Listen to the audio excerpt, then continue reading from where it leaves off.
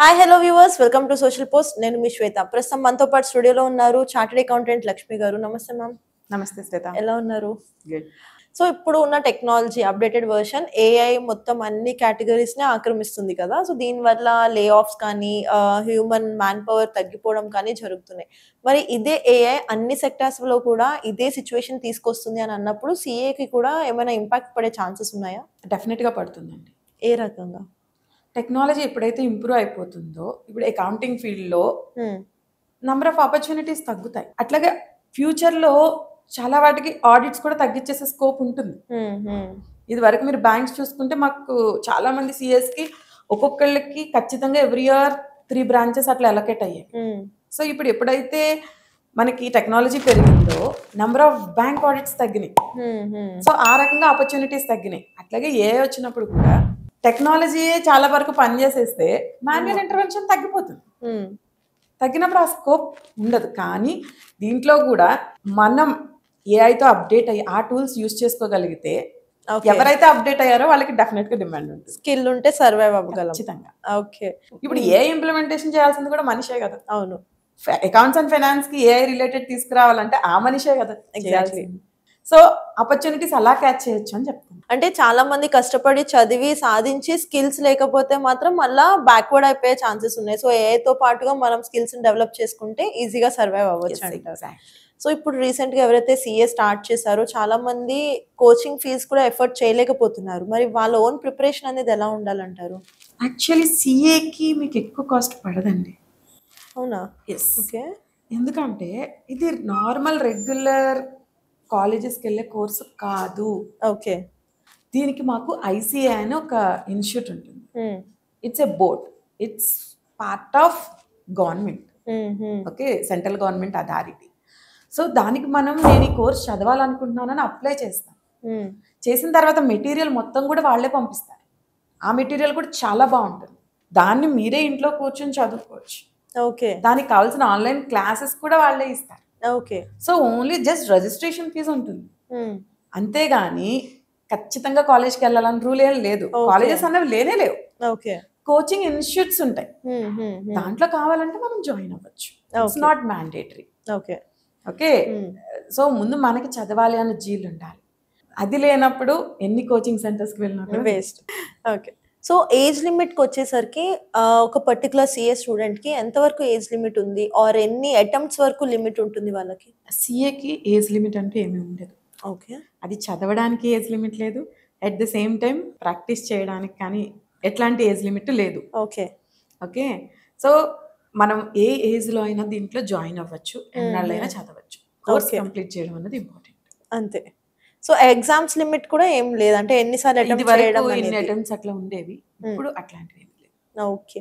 And ఇది 10th తర్వాత అంటున్నారు కదా మినిమం, అంటే ఆఫ్టర్ ఇంటర్ తర్వాత అయినా సరే ఆర్ట్స్ ఆర్ సైన్స్ బ్యాక్గ్రౌండ్ ఉన్న వాళ్ళు వాళ్ళ మైండ్ చేంజ్ చేసుకుని ఇటు రావాలి అని అనుకుంటే స్కోప్ ఉందంటారా? ఉంది.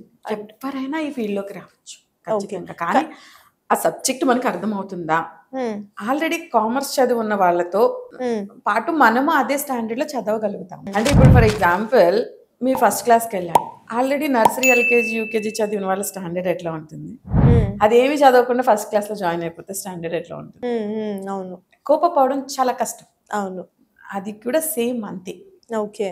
సో కామర్స్ కోర్స్లో ఫౌండేషన్ లేకుండా డైరెక్ట్గా వచ్చేస్తే సర్వే అవడం కష్టం. ఆల్రెడీ కోర్స్ కష్టము అని జనాల ఫీలింగ్. బేసిక్స్ ఫౌండేషన్ లేకుండా వస్తే అది ఇంకా కష్టంగా, ముందే భయంతో అక్కడే ఆగిపోతారు వీళ్ళు. సో సిఏ కంప్లీట్ చేసిన స్టూడెంట్స్ ప్రాక్టీస్ అనేది ఎలా ఉంటుంది? లైక్ స్టెప్ బై స్టెప్ ఏమైనా చెప్పగలరా?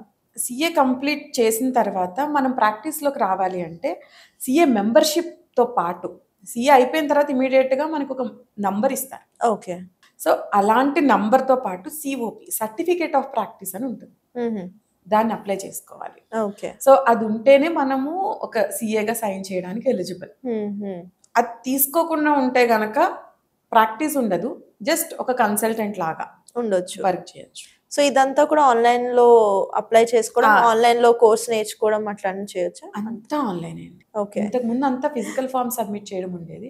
ఇప్పుడు అవన్నీ తీసేసి కంప్లీట్లీ డిజిటలైజ్ చేశారు. అసలు మాకు ఏఐ రిలేటెడ్ కోర్సెస్ చాలా ఇంప్లిమెంట్ చేశారు. ఓకే. మీరు అన్నారు కదా ఏ వస్తే పోతుందేమో, ఐ మీన్ ఆపర్చునిటీస్ పోతాయేమో అని.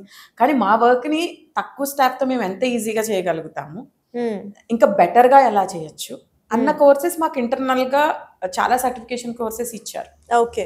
ఒక సాఫ్ట్వేర్ జాబ్ లో డైలీ లెర్నింగ్ అనేది ఎలా ఉంటుందో CA లో కూడా డైలీ లెర్నింగ్ అనేది అంత mandatory? Of course. Okay. Because మీరు రెగ్యులర్ గా చూస్తే GST నోటిఫికేషన్స్ వస్తాయి, ఇన్కమ్ ట్యాక్స్ వస్తాయి, డే టు డే ఏవో ఒక చేంజెస్ జరుగుతూనే ఉంటాయి. సో అవన్నీ మేము ఖచ్చితంగా అప్డేట్ అవ్వాల్సిందే. అవును. సో ఏ కోర్స్ చూసినా కానీ మన ఇండియాలో కన్నా ఫారిన్ లో కొంచెం డిమాండ్ ఎక్కువ ఉంటుందని మన వాళ్ళందరూ అబ్రాడ్ ప్రిఫర్ చేస్తూ ఉంటారు కదా. సో కమింగ్ టు CA కి కూడా ఫారిన్ లో ఏమైనా డిమాండ్ ఉందంటారా? యా, ఇప్పుడు మీరు చూసుకుంటే చాలా మంది ఇక్కడ CA చేసిన తర్వాత అబ్రాడ్ వెళ్ళిపోతున్నారు. పర్టికులర్గా ఆఫ్రికన్ కంట్రీస్, UAE ఇట్లాంటి ప్లేసెస్లో మన CAస్కి చాలా డిమాండ్ ఎక్కువ. ఈవెన్ నేను ఇప్పుడు గవర్నమెంట్ బాడీ ICA అని చెప్పాను కదా, వీటి బ్రాంచెస్ అక్కడ కూడా ఉన్నాయి.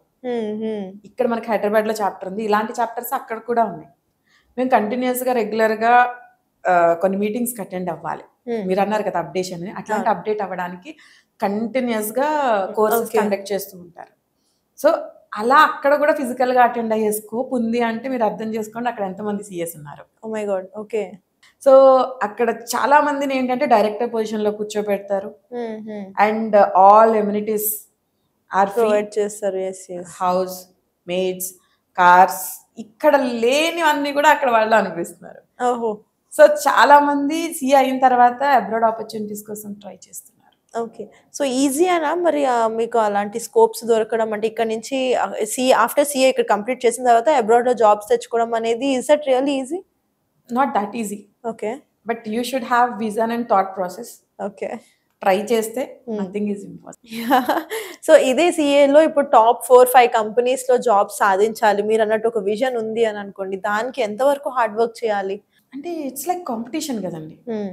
ఇప్పుడు ఒక జాబ్ ఉంది అంటే ఈ రోజుల్లో 10 మంది దానికి రెడీగా ఉన్నారు. 10 మందిలో నువ్వేంటి స్పెషల్ అన్నది you should prove. Nothing is easy and nothing is difficult.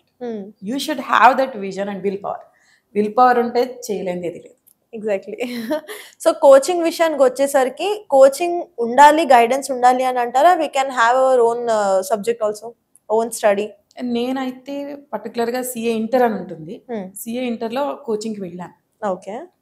కానీ నాకు ఫైనల్లో అవసరం పడలేదు, అనిపించలేదు. ఎందుకంటే CA ఇంటర్ అయిపోయిన తర్వాత మాకు అప్రెంటిస్ ఉంటుంది. ప్రాక్టికల్గా మేము ఒక CA దగ్గర జాయిన్ అయ్యి నేర్చుకోవాలి కాన్సెప్ట్స్ అన్ని. సో అవి చేసేటప్పుడే నేను ఆ కాన్సెప్ట్స్ అన్ని చదువుకున్నా ఫైనల్ రిలేటెడ్. ఇంకా మళ్ళీ స్పెషల్గా కోచింగ్కి వెళ్ళాలి అని నాకు అనిపించలేదు, నేనేం వెళ్ళలేదు. ఓకే.